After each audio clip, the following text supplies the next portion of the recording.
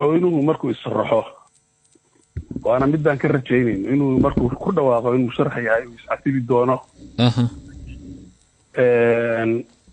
waxaa imaan doontaa ifafaalo fiican oo madaxweynaha in la doorto madaxweyne ku-xigeen kadibna dadku ay tashadaan oo aayahooda iyo dantooda ay ka tashadaan laysoo aruuriyo dadkii dhibaatadii iyo hurgumooyinkii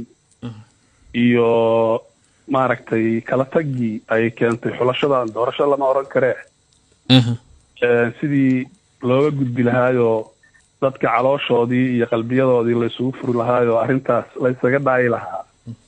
in la sameeyo loona diyaar garoobo waana rajaynayaa haddii qodobkaas hore oo hirgalo oo isagu meesha ka tago in isceshiga iyo is-amaamudka iyo dibisiyigleeliddu ay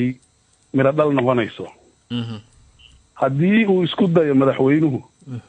isagoo aan iscasilin in uu tago oo doorasho kala aado arrintaasi saamayn badan bay yeelanaysaa oo dhibaato ah wax saamaynta yeelanaysaa waxa weye haddii madaxweynuhu isagaan iscasilin isku dayo inuu tago waxay qasbaysaa baarlamaanku intuu fadhiisto madaxweynaha inuu xilka ka qaado isagoo sida uu qabo qodobka 82 ee dastuurka dowladda Puntland farqadiisa koobaad oo ah madaxweynaha iyo madaxweyne ku-xigeenka marka la soo waxyaalaha marka la soo eedeeyay cadaatay inay galeen ku xadgudub dastuur khiyaamo qaran iyo xilgudasho la'aan marka xilgudasho la'aan 3 sano soo socotay iyo kutumashadii dastuurku madaxweynihii dastuurkii iyo dastuurku heshiis bulshada wax bulshada isku hayaa uu ku tuntay labadaaba ay sameeyaan mudanayaasha madaxweynaha xilka ka qaadaan si loo badbaadiyo wadanka marka ma waxa jira baarlamaanka uu soo noqon doona ma waxa jira qodob dastuuri ah oo diidaya madaxweyne Dani oo madaxweynaha Puntland ah inuu federaalka isu sharaxo dastuurka dowladda Puntland waxa la rabaa inaan inii cadeeyo aan la isku khaldin madaxweyne Cabdullaahi Yuusuf dastuurkii lagu doortay waa la bedelay kumeel gaar buu ahaa waa la bedelay waa la socotaan dastuurkaas kumeel gaarka ahaa laftigiisu wuxuu u qaabaysnaa qaab federaali ah oo ah madaxweynuhu in uu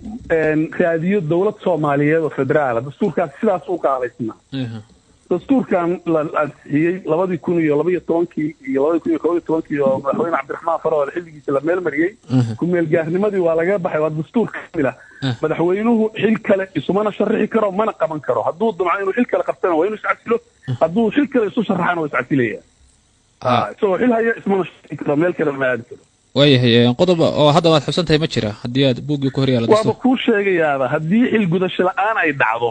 waa dastuurkan fiiri yani waa inaa ogaataa qodobka 8aad ee awoodaha madaxweynaha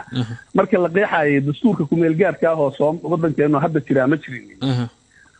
dastuurkan nidaamka loo sameeyay waxa weeye waxa loo dhigay sidii dastuur dowlad kaamil ah